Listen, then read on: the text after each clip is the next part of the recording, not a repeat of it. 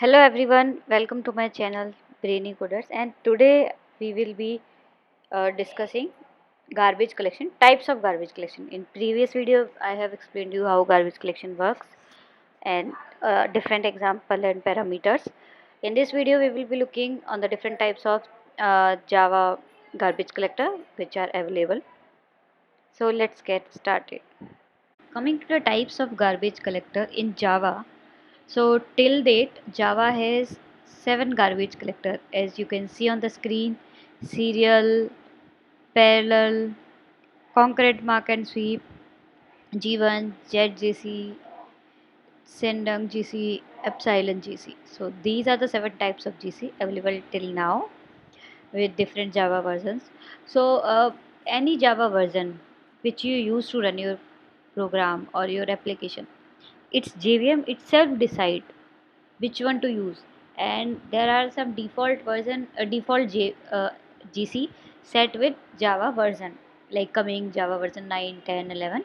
Before that, JVM decide itself like either to use parallel or serial or concurrent mark and sweep.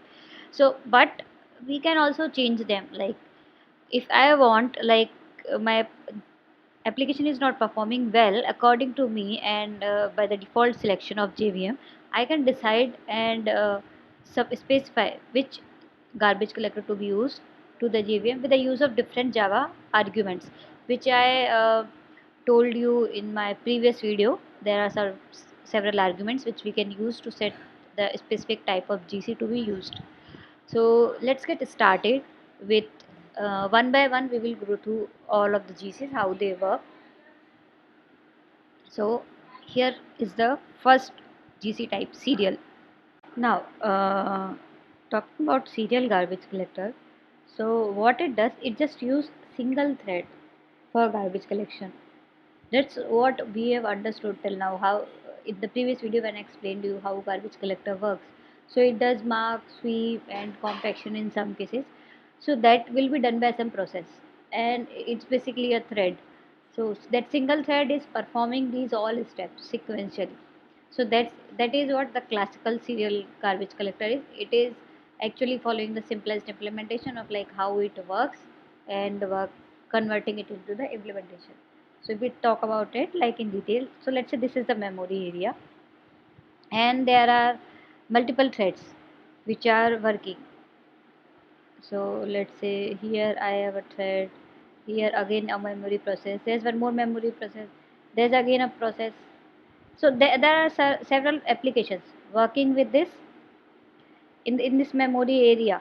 So let's say this thread is occupying this memory area, this thread is occupying this area, this thread is occupying this much area, this thread is again occupying this much area.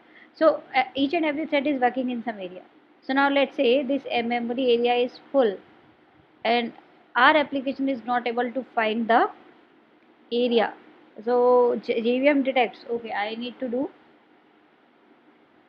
garbage collection so that application can perform better, since the area and memory area is full. So as we discussed earlier, Eden space area, survivor 2, and tenure generation, old generation. So like if one of them is full, and then it's hard to again initialize the object in the memory area, so JVM performs garbage collection. So what will happen in case of serial garbage collection? All of these thread will stop working.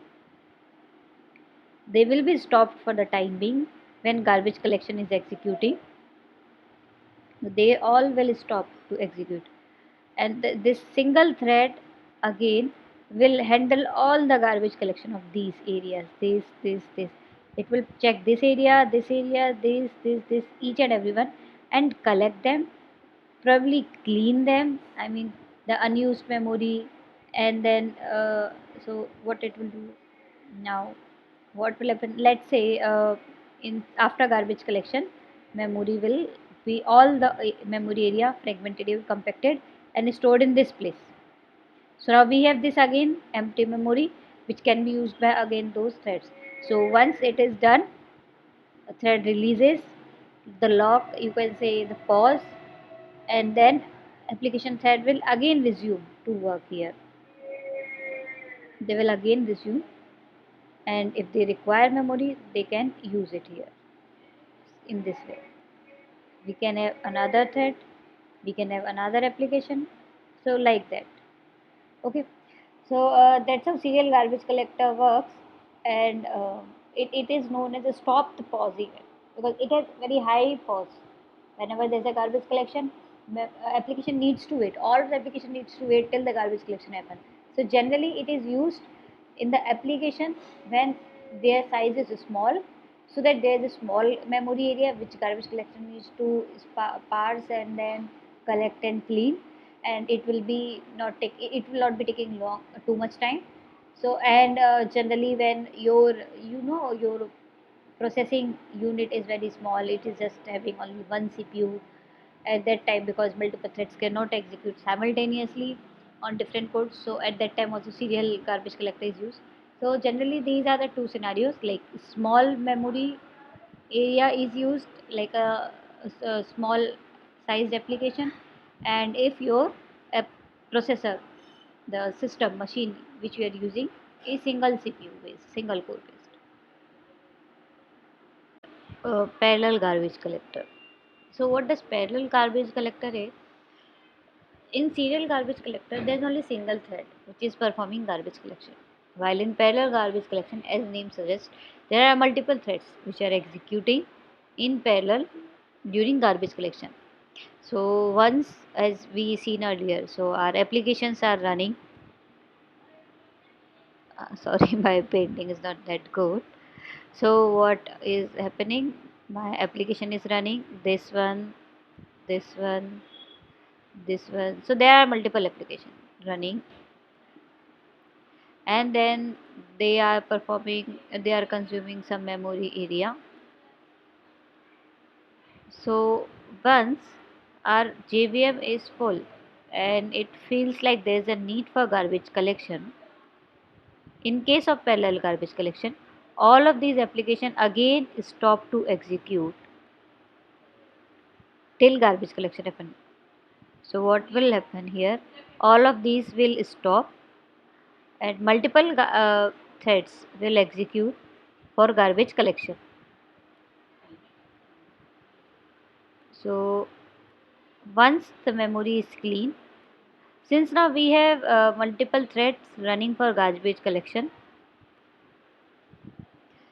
we can it's like we can say that our application will have less pause time, because in serial garbage collection only one thread is uh, executing and performing first mark and sweep and then compact. Now there are multiple threads. They can work on different memory area at the same time, and then mark unreferenced object, sweep them, and then compact the area back. So since multiple threads are working, we have less pause time, and hence once the garbage collection is done, again our application thread start executing as it is. So now difference between serial garbage collector and parallel garbage collector is, in case of serial garbage collector only one thread is executing, so there are long pause time, while in case of parallel garbage collection multiple threads are executing garbage collection on the memory area. So there is less pause time. But even in case of general study, we talk about in the general behavior scenario which it has been observed. So generally parallel garbage collector has pause time of 1 second or more than that, based on the size of the memory it has to clean. And one more advantage is here, as we talk about serial garbage collector, we said that it is used for small sized application. Small size, I mean, by small size I mean let's say 100 megabyte. So till 100 megabyte we will prefer serial garbage collector because it's small, it does not take that much time. But if it's more than 100 megabyte, let's say 1 GB, 2 GB, then parallel garbage collector is better. So that's the point. So we decide parallel garbage collector when we have multiple cores. So because multiple threads are running in parallel, so we need multiple cores in CPU, multiple CPU in our machine. So there are two three things on basis of which it is decided to use parallel garbage collector. One is the size of application, another one is the requirement of pause time for the application, and then third one is the number of processors we have. Coming to concurrent mark sweep algorithm, CMS algorithm, that is very popular. And what it does, so the concurrency here, it means like with the application threads, garbage collection thread will also be running. So in parallel, we see that all of the application thread are paused and then garbage collection threads are executed in parallel. Multiple threads are executed in serial. All of the application threads are paused and then a single thread starts garbage collection. But in case of concurrent, application thread will also keep running and garbage collection thread will also keep continue to running. So let's say if I have 4 CPUs core available in my system, then you can say 2 are executing applications, 2 core are executing garbage collection. It depends on the requirement, like how much garbage is there which needs to be collected and how much memory is available. It can be like 3 of the cores are used for application execution and rest 1 is used for garbage collection. So what does this mean? It means like, okay, once garbage collection is started, application will keep running, generating data, allocating the memory to it, and this concurrently executing thread will keep marking the data which is not in use. So it will keep marking the data in parallel. So once it finds out now the memory is full and we need to clean the data which is not in use, it pause those thread, JVM pause those thread and sweep all of the data which is not in use, and then application thread again continues, and then again with the application thread this marking thing uh, continues in a concurrent manner. So this will result in less pause. So earlier in serial and parallel, we are pausing the application and doing each and every phase, mark, sweep, and compact. While in concurrent mark and sweep, we are not pausing application for mark phase. We are pausing it when we need to finalize, okay, these are the object needs to be deleted, so that it will not happen like I am deleting the object and my application is making changes in it. So that will create a problem, right? Because I suppose I deleted it and my application now need it, what will happen? So to prevent these scenarios, this concurrent mark and sweep also make a pause, but less time pause. So it can be less than 1 second or 1 second. So basically, a concurrent mark and sweep algorithm executes in this fashion. So these are the steps which are used. So first, uh, when applications are running and JVM think to some threshold value of the memory is occupied. So JVM now understand, okay, we need to run our GC. So it just pause the application to identify all of the routes, GC routes, from where it needs to start scanning, tracing all of the live objects or dead objects. And once it identifies all of the routes, all applications start their work. So some of the applications were working while rest of the cores, so the cores which are available are used by these JVM threads. They will keep tracing the live objects. So application will keep working in their own areas, and these JVM threads will keep tracing the memory till then for the live and non-live objects. Now once this tracing is done and we check, okay, still I have the memory area which which is available and application can use them. So it's not like that it is nearly 98% full or 95% full, so I need to uh, sweep all of the objects on high priority. So it's still not at that stage, maybe 75 or 80%. So so again JVM will retrace the section again from the GC routes. It retrace like from the last time I find out 5 objects are dead. But now possible that those objects are again getting referenced, or possible that some of the objects which are live are dead now. So that can happen. So again again JVM will retrace from the roots and identify which are the live and which are the dead objects which needs to be cleaned. So now let's say till now my memory uses are 95%, 92, 95%. Now JVM needs to be JVM needs that these objects should be cleaned before out of memory error occurs. So for that it just stops the application and retrace once again, because there's a gap. Once I retrace and then I check the memory status and then I again want to delete.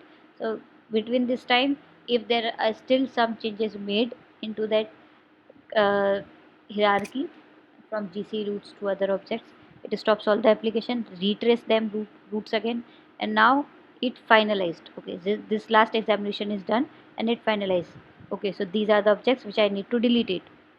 So again after this application threads start their execution, and JVM in concurrently JVM deletes all of those applications. It sweeps those unreachable objects in the uh, concurrent manner and using like say one of the processor, and then after that it resizes the heap, that is it compacts the heap so that a free available area is structured and application that can use them.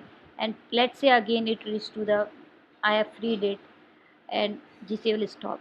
Now if again the memory usage become 50%, more than 50%, and like the threshold which JVM has decided, so now JVM feel okay it is reaching threshold, I will again start the CMS garbage collection. So again it reaches to the first step, stop all the thread and identify roots, and then application start execution, resumes application, and in concurrency using one or more processor, threads will keep tracing the memory area. So that's how CMS executes. So CMS already keeps executing multiple threads for memory collection, so we don't need to do any system.gc, because what happens if thread are concurrently already scanning memory and you call system.gc, that means you want to start it again, which will throw a failure. So this is called a failure in case of CMS. And there is one more failure which happen like let's say you are scanning the objects, tracing it to finalize which one is dead and live, and but our application are producing the objects so fast, they are occupying memory so fast that the memory is occupied, no longer memory area is there. So in that case, so like old generation has very less memory area and left, and young generation is already full, but my GC is still scanning the memory to find out live or dead objects. In that case also it fails. So there are some constant also, but all in all this collector is used when you need less pause time for the application, and you have multiple processor which can be shared among while running the application and GC, and it can be used for large scale applications. So coming to the G1GC, G1GC, you can say a drastic change in the approach of garbage collection. Till now, the garbage collection is considered the method like first collect the mark the thing, sweep, and then like dividing the memory in hidden, survivor, and old generation. So right now, the traditional way is changed completely in the G1GC approach. So G1GC is also a concurrent garbage collector. So it also has multiple threads running with the application. So it so definitely it's clear that it will work with the multiprocessor system, and basically G1GC is designed to work with huge applications, so large memory uh, requirement like basically more than 4 MB, and it actually helps the processes to achieve very short pause time, nearly. So you can say in Java docs it is defined it for the application of 6 GB size has garbage collection time of 0.5 seconds. So that's how fast it is. So basically G1GC use the approach like uh, it just uses the time approximation. So what is the approximated pause time, and then does garbage collection accordingly. So we can understand it more first later on. First let's understand how G1GC works. So for G1GC, let's say this is the memory area in this is a memory area which we are using, and now this. So memory is not divided into the 3 4 particular blocks which we were doing earlier, like young generation, old generation, young generation getting divided into 3 parts. Now the memory is divided into multiple blocks of a smaller size, you can say small chunks. So let's say if I have a 4 GB of memory, it will be divided into uh, 10 to 12, or you can say hundreds of chunks of 1 MB size to 32 MB size. And then application will use these chunks. So these chunks are called as region. So one application will be using this region, second application will be using this region, third will be using this region. And if this region is full, application will go to another region. So that's how it will save the sparse distribution of the memory with multiple application. Because what happens in the earlier blocking which we do for memory, it will just like in the old generation, memory is distributed or in the sparse format.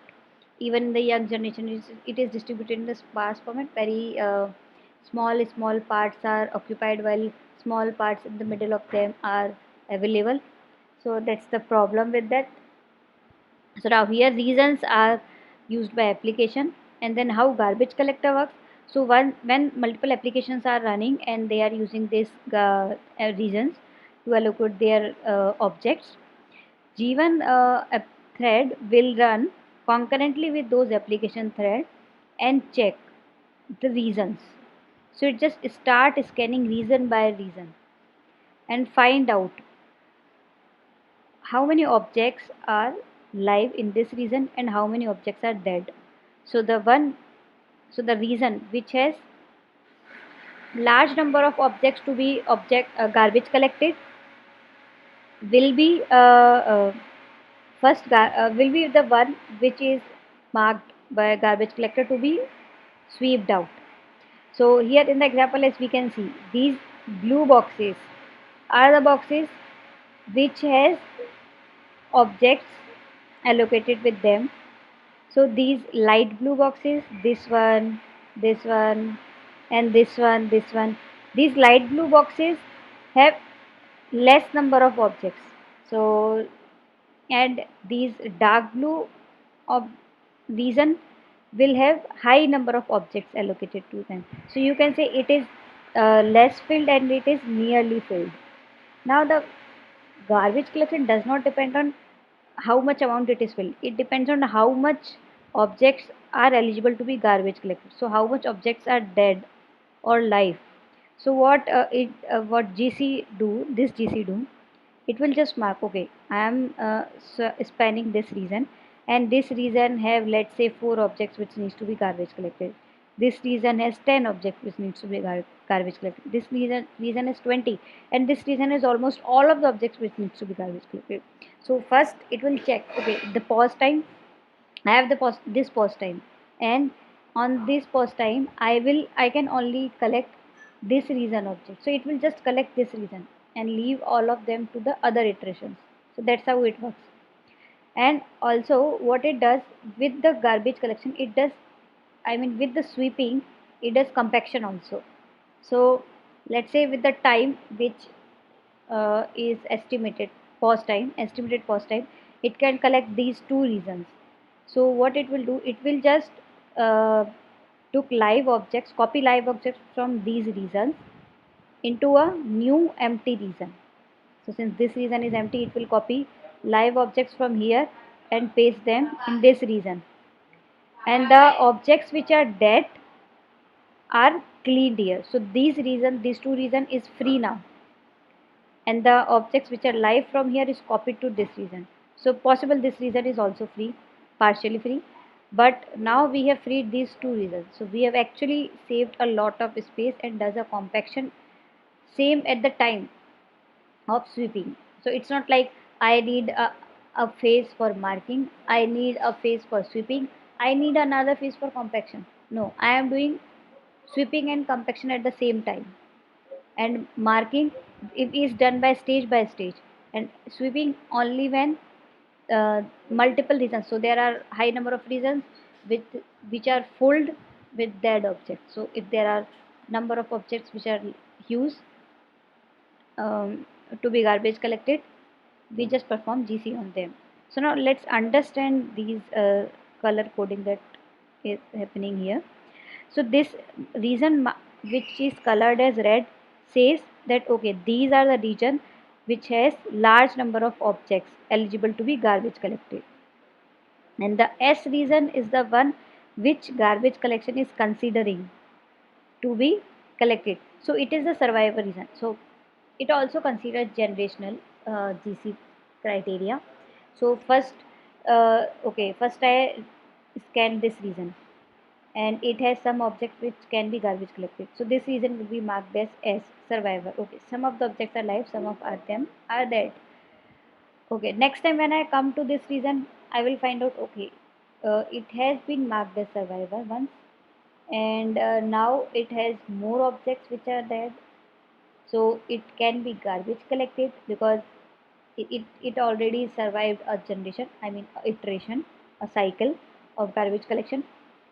Similarly, I will scan all of the region and find out, okay, these two regions are eligible to be garbage collected now, and they have a lot of memory area which can be swept out. So we will just choose a empty region or a region which is very less filled and copy these objects over there. Now this is the H, homologous region. So what this homologous region is, so let's say this S which I have marked, more than half of the region is filled with live objects, and you can say less than half of the region is garbage collectible. So if I copy this region in an empty region, and let's say the same is happening with this scenario, these two regions object cannot be occupied in one region, right? So either I have to again occupy two regions. That doesn't make sense. Like it will free these two but occupy these two. So there's a concept of this homogeneous region. So which is basically a larger region comparatively, and then what it does, it just have a homogeneous code. So like object, live object copied from here, start from here till here, and has a homogeneous code. Now object which is live from here, copied from here till here, and has a homogeneous code. So this homogeneous code represent the end. Okay, this is for one application, this is for another application, and data for another application can also reside in here. So that's how it works. So the approach which G1GC used is completely different. It is a kind of server-side technology which is compatible with server-side technology, and also it is beneficial for the service for the architecture like microservice architecture, where because right now we if we go with monolith, we have only one JVM for all of the modules, and they are using same memory location. But here if microservice, we have multiple JVM because each and every application is deployed in as a container with its own JVM. So there the application is completely independent. It's not like I will collect the memory which is used by another application. No, that cannot be the case. So that's the approach which is used. It is also a concurrent one, and it is used for large memory area and small post time requirement. So it's not like okay, I will shift each and every application to G1GC garbage collector because it's the best. No, we have to just consider like the requirement. If I am using a huge memory area and then a frequent live objects are created, like a high level of frequency of the live objects and dead objects, the application is creating too many objects. At that time, this is a beneficial approach. And till Java 8, default garbage collectors are serial and parallel garbage collector based on the certain parameter which I told you, medium sized application or small sized application, and the time, pause time 1 millisecond or more than that. And but after Java 9, G1GC become the default garbage collector of the Java version 9. So till now we have covered 4 Java garbage collector types, and rest are 3 are remaining one. So actually this video has turned out to be a very large video. It's more than again 30 minutes, and it's just a theoretical video, complete video with understanding how it works and process. So I will be making the rest of the GC types in the next video. So next video we will be looking on the rest of the 3 ZGC, Epsilon and Sendang Java compiler, sorry, garbage collector, and then with that we will also looking into some traits of like GC memory concerns, performance concerns, and what should we do, the practices we should follow in our program to remove those concerns. Thank you all, and if you like my video, please like, share, comment and just subscribe. Till then, keep waiting, keep watching.